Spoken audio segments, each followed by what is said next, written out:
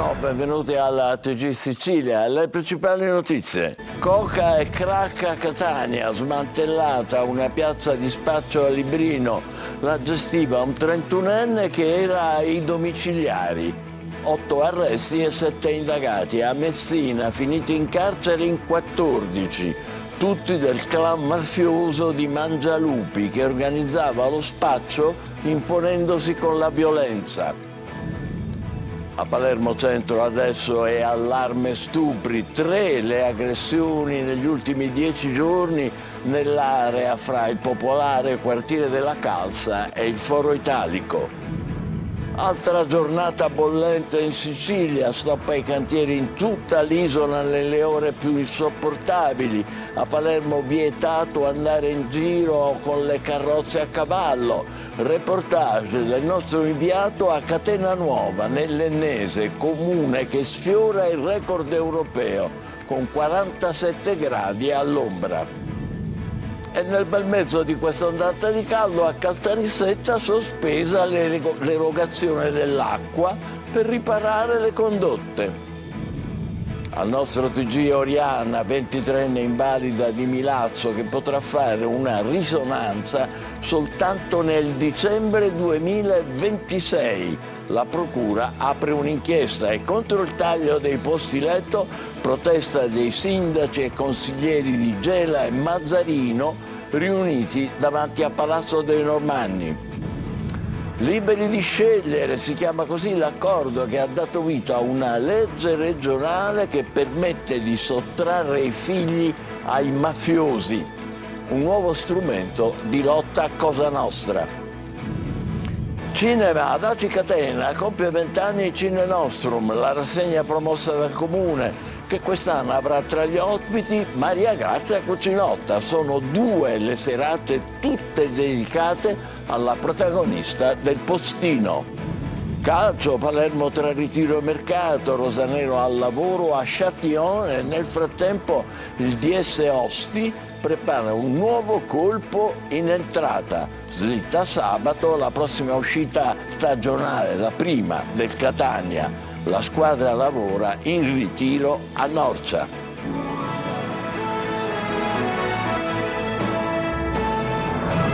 Bentrovati, dunque smantellata una piazza di spaccio nel quartiere Librino a Catania, la gestiva un 31enne che era agli arresti domiciliari.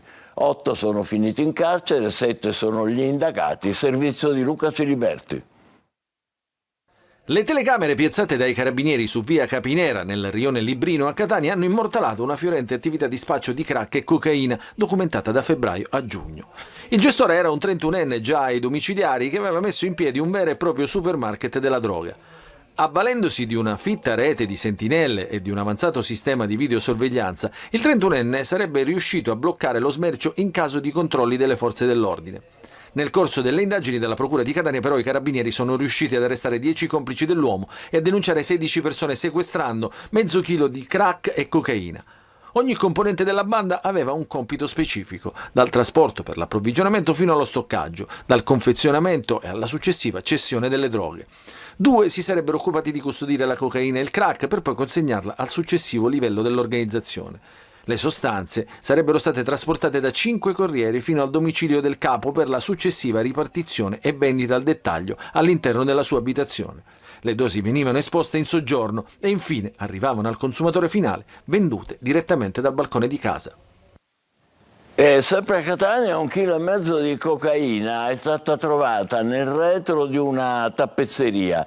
Arrestato il titolare accusato di spaccio a scovare la droga, lo vedete, in un laboratorio artigianale di tessuti in zona Santa Maria delle Salette, il cane antidroga Ares. A Messina il clan di Mangialupi gestiva lo spaccio forte di un'egemonia dovuta anche alla violenza con cui gestiva gli affari. 14 gli arrestati. La droga veniva venduta anche in alcune piazze del Catanese con la collaborazione della criminalità calabrese. Francesco Triolo. Traffico di sostanze stupefacenti, associazione a delinquere, solo i reati contestati a 14 persone, 13 arrestate in carcere, 1 ai domiciliari, raggiunte questa mattina da un'ordinanza di custodia cautelare del GIP di Messina su richiesta della Direzione Distrettuale Antimafia. L'indagine ha consentito di ricostruire i ruoli svolti da ciascuna all'interno dell'organizzazione, 11 messinesi, 3 calabresi, c'era un capo detenuto in carcere ma che tramite la disponibilità di telefoni cellulari riusciva a comunicare all'esterno le proprie disposizioni. Per la gestione degli affari si avvaleva del padre e della zia che avevano il compito di gestire l'attività di spaccio e gli introiti dell'organizzazione e della compagna che fungeva da sua portavoce ma anche da recupero del denaro. C'erano poi i bracci operativi che pensavano all'approvvigionamento, alla gestione dello spaccio e al reperimento di armi, mentre i corrieri trasportavano la droga anche via mare nei luoghi di custodia individuati in città. La polizia è riuscita a monitorare i diversi canali di approvvigionamento, soprattutto nell'hinterland della provincia di Reggio Calabria. Grazie al rapporto fiduciario con i calabresi, il clan riusciva a rifornire anche alcune piazze di spaccio catanesi per poi dividerne i guadagni. Nel corso dell'indagine sono stati sequestrati oltre 3 kg di cocaina, quasi 20 kg di marijuana, 2 kg di hashish per un valore di 1,5 milioni di euro, ma l'indagine ha evidenziato anche la disponibilità di armi del gruppo e il facile ricorso alla violenza che permetteva al sodalizio criminale di accrescere la propria forza e affermare la propria egemonia sul territorio. Allarme stupri nel centro di Palermo, in particolare nell'area fra il popolare quartiere della Calza e il Foro Italico. 3 le aggressioni negli ultimi 10 giorni. Si teme la presenza di uno stupratore seriale. Servizio di Manlio Viola. E allarme stupri nel centro storico di Palermo e in particolare nell'area che sta fra il popolare storico quartiere della Calza e il lungomare del Foro Italico. Già 3 gli episodi accaduti negli ultimi 10 giorni che fanno temere la presenza di una sorta di stupratore seriale che fino ad ora però per fortuna non è mai riuscito a portare a termine il suo intento criminale. L'uomo, probabilmente un nordafricano, opererebbe sempre allo stesso modo ed è stato descritto in modo analogo da tutte e 3 le donne sfuggite alle sue aggressioni, avvenute tutte nella zona di Porta dei Greci, un'area appunto fra la Calza e il lungomare del Foro Italico, nella quale spesso, da anni ormai, si accampano extracomunitari irregolari con tende da campeggio abusivi o giacigli improvvisati. L'ultimo episodio risale a 2 giorni fa. Una giovane donna aveva parcheggiato l'auto quando è stata aggredita alle spalle e trascinata al buio di un vicolo interno. La ragazza, in preda al panico, tentava di chiamare aiuto col cellulare, ma il telefonino le veniva subito sottratto. In questo frangente però riusciva a divincolarsi e scappare fino a incontrare un gruppo di passanti per chiedere aiuto. Analoga aggressione nei giorni precedenti al festino, interrotta dall'intervento di 2 commercianti ambulanti che avevano montato la bancarella proprio nei pressi della medesima Porta dei Greci. Una terza aggressione è stata raccontata da una giovane donna ad un'associazione che si occupa dei diritti dei migranti. Le descrizioni coincidono ed è dunque partita la caccia all'uomo, anche se al momento è difficile dimostrare le responsabilità, visto che le descrizioni non sono sufficienti a identificarlo con certezza. Altra giornata bollente in Sicilia, oltre 40 gradi e mezzo a Modica, stop alle carrozze trainate da cavalli a Palermo e anche nei prossimi giorni dovremo convivere con queste ondate eccezionali di caldo. Marco Culà. La Sicilia nel mezzo di un vortice di caldo e una giornata da bollino rosso nell'isola. Il termometro sta facendo registrare aumenti della temperatura in tutte le province con punte già di oltre 40 gradi. Il servizio informativo agrometeorologico siciliano segnala 40 gradi e mezzo a Modica, 40,1 a Lentini e 40,2 a Giuliana in provincia di Palermo. Nel resto dell'isola le temperature sono tra i 30 e i 39 gradi. Una bolla di calore che asfissia la Sicilia e i siciliani. Qui siamo a Siracusa. Abbiamo organizzato 6 punti di ristoro, di rinfresco. Sto venendo dall'Urban Center dove con mio piacere ho trovato 2 turisti che si stavano rinfrescando. Caldo intenso che non cesserà nemmeno nei prossimi giorni. Anzi, ancora non fa tanto caldo. Dobbiamo avere ancora delle temperature un po' più alte. All'ombra si sta bene. Acqua, ventaglio e aria condizionata degli uffici, altrimenti non si può lavorare e a casa ci difendiamo come si può. Tanta acqua, restare idratati e portare un cappellino che io non ho in questo momento, però lo consiglio vivamente.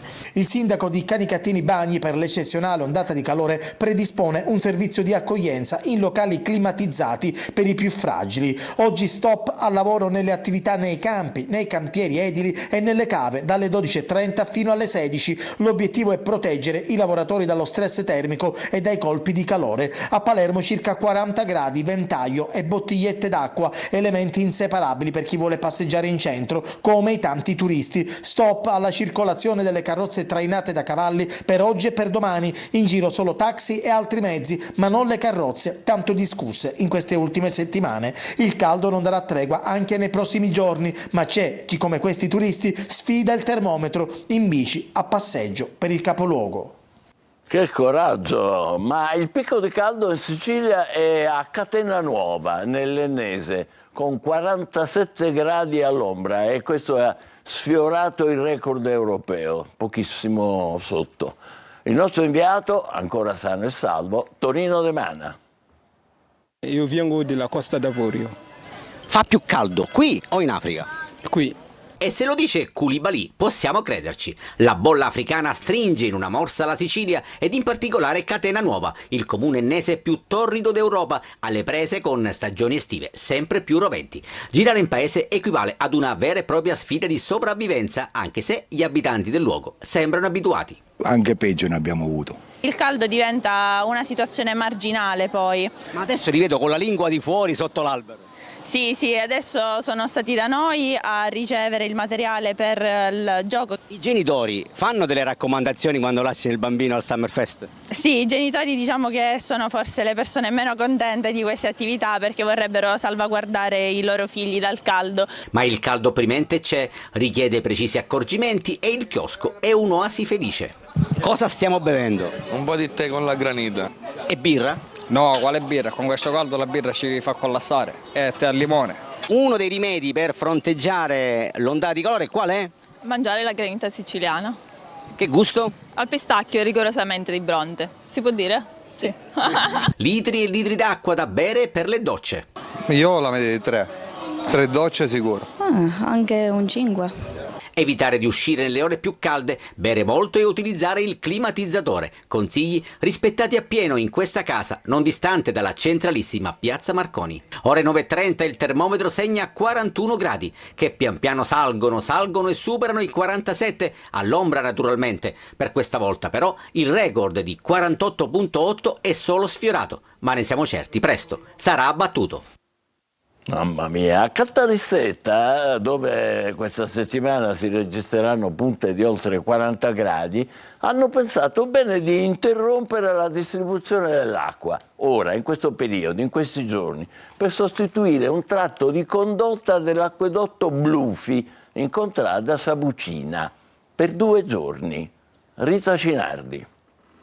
Nel giorno più caldo per Caltanissetta, dove oggi la temperatura massima ha superato i 40 gradi, i cittadini nisseni si sono ritrovati nuovamente alle prese con l'ennesima interruzione idrica. Nei giorni scorsi, infatti, Siciliacque aveva comunicato che a partire da oggi sarà sostituito un intero tratto di condotta dell'acquedotto Blufi in contrada Sabucina. Il collegamento della nuova tubazione in acciaio della lunghezza di 450 metri, così come riferito dalla società che gestisce il servizio idrico di sovrambito in Sicilia, renderà più efficiente la distribuzione dell'acqua nei territori di Caltanissetta e San Cataldo, comuni interessati dall'interruzione idrica. Interruzione che, secondo quanto comunicato, si concluderà a partire dalle 23 del 24 luglio, ma intanto per la città di Caltanissetta si prospetta una settimana di fuoco. Proprio questa mattina il sindaco Walter Tesauro ha diramato un comunicato stampa in cui invita i cittadini a rispettare le indicazioni della protezione civile, non esporsi al sole nelle ore più calde e adottare ogni misura di cautela e autoprotezione per la salute e l'incolumità. È meglio avere anche l'acqua a disposizione nelle proprie abitazioni. Dramma della solitudine a Comiso. Era morto, pensate, da 15 giorni, ma nessuno lo aveva cercato. Un uomo di 85 anni, ex dipendente comunale, è stato trovato senza vita solo ieri pomeriggio. Viveva in una casetta di campagna, vedovo da anni, non aveva figli, né parenti né amici vicini. È andato a trovarlo uno dei i conoscenti, non avendo avuto risposta, ha avvertito i carabinieri che hanno fatto la scoperta drammatica. Sanità in Sicilia. Al nostro TG la testimonianza di Oriana, una 23enne invalida di Milazzo, che prenota una risonanza, ma la prima disponibilità per la risonanza è per il dicembre 2026 e la procura ha aperto un'inchiesta. Luca Ciliberti. A me è stata data la prima risonanza a giugno 2026 e la seconda a dicembre 2026. Lei è Oriana, 23 anni, volto solare, animo combattente. È invalida all'80%, titolare di legge 104, affetta da una malattia rara autoimmune ed è già sottoposta a diversi interventi chirurgici, vittima di 3 perforazioni intestinali nel tempo. Secondo la sanità regionale non ha alcun canale preferenziale per ottenere un esame strumentale. Le sue richieste per 2 risonanze con carattere d'urgenza a 120 giorni verranno posticipate di 1 anno e di 1 anno e mezzo. Io ho la vasculitis di Bechet o Behçet, che appunto è una malattia rara autoimmune, che nel mio caso mi ha colpita a livello neurooculare e gastrointestinale. Essendo appunto una malattia autoimmune è abbastanza imprevedibile e essenzialmente potrebbe colpire qualsiasi tipo di organo appartenente a me. Quindi è di fondamentale importanza fare questi controlli. Il Sovracup, a cui si è rivolta la famiglia, ha disposto che quegli esami, le 2 risonanze magnetiche appunto, per ora, anche volendo, non si possono neanche eseguire in intramenia, ovvero pagando. Alle istituzioni chiedo di ascoltarci in primis, capirci, metterci nei nostri panni, soprattutto appunto di noi fragili, e di prendere dei provvedimenti. La famiglia e Oriana, che già una volta sono stati costretti a sborsare 1.300 euro per fare gli esami privatamente, stanchi di subire, hanno denunciato tutto e la sua storia è finita in procura, oggetto di un'indagine. E a Palermo, contro il taglio dei posti letto, protesta dei sindaci e consiglieri di Gela e Mazzarino. Si sono riuniti davanti a Palazzo dei Normanni. Gerry Italia. È il giorno della protesta istituzionale. Consiglio Comunale e Giunta di Gela, affiancati da una delegazione di Mazzarino, si sono dati appuntamento davanti all'Ars per una seduta monotematica all'aperto. L'obiettivo è chiaro: respingere il piano regionale sulla rete ospedaliera che, secondo i sindaci, penalizza pesantemente il territorio. A preoccupare sono soprattutto i tagli previsti per l'ospedale Vittorio Emanuele. In contemporanea, dentro Palazzo ai Normanni, l'assessore regionale alla sanità Daniela Faraoni espone la proposta di rete ospedaliera in commissione, assieme ai dirigenti Salvatore Iacolino e Giacomo Scalzo. La commissione dovrà esprimere un parere vincolante. Già la scorsa settimana il sindaco Di Stefano aveva portato le istanze della città direttamente alla commissione, chiedendo il rispetto della rete ospedaliera 2019 e l'attivazione di reparti mai avviati. Oggi ribadisce la sua posizione in piazza. Abbiamo deciso di venire qui proprio per dire no ai tagli incondizionati, no ai tagli senza una programmazione, in maniera particolare un no ai tagli dell'ospedale di Gela.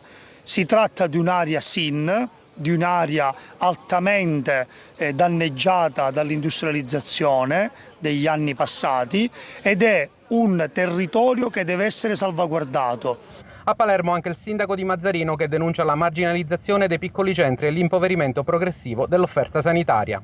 Siamo qui per dire con forza all'ospedale di Mazzarino non si tocca e così come abbiamo fatto in passato faremo questa volta le battaglie qualora le nostre proposte non venissero recepite.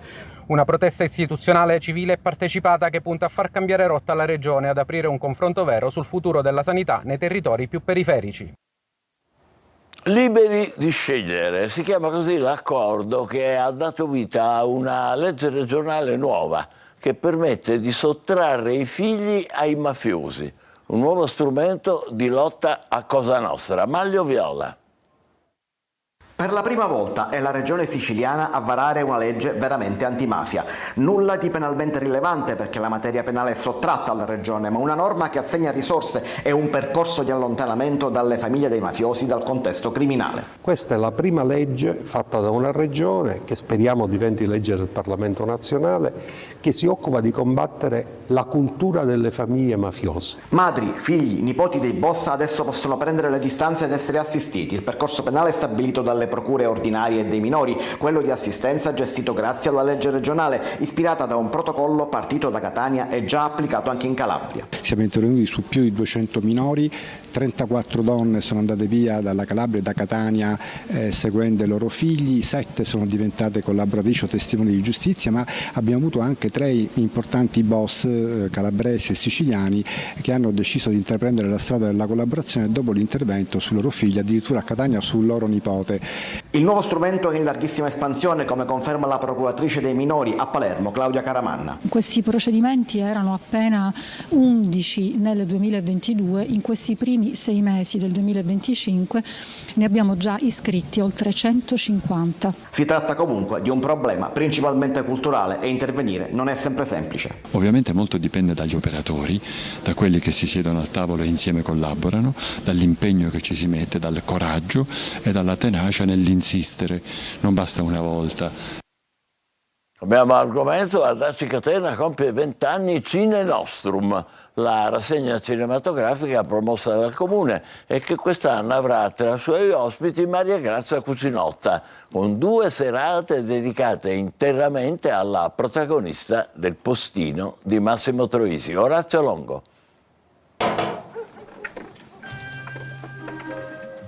Sarà l'attrice Maria Grazia Cucinotta a festeggiare i 20 anni di Cine Nostrum, la rassegna di cinema organizzata dal comune di Aci Catena in provincia di Catania. Il 24 e 25 luglio ospite a Piano Umberto nel talk show Dalla Sicilia ai 7 cinematografici internazionali e la proiezione dei film Il Postino e Gli agnelli possono pascolare in pace. Un tributo all'arte che resiste, dice il sindaco di Aci Catena, Margherita Ferro. Festeggiamo i 20 anni dal 2005 al 2025, lo faremo con 4 giorni di festa ma anche di cultura cinematografica. E avremo diversi ospiti tra registi, giornalisti che allieteranno e terranno il palco. E abbiamo anche identificato un premio che rappresenta un'ideologia, un simbolo di Aci Catena. Ricco il programma della 4 giorni con tanti ospiti. Abbiamo anche una bellissima serata dedicata alla musica, alle colonne sonore che abbracceranno proprio la piazza. Ultimo giorno, grande esperimento, portiamo i giovani, portiamo un nuovo esperimento dopo questi 20 anni, ovvero la proiezione del cinema in breve, i cortometraggi. E adesso pausa, tra poco il calcio con le siciliane al lavoro tra allenamento precampionato e il mercato. State con noi, vi aspetto.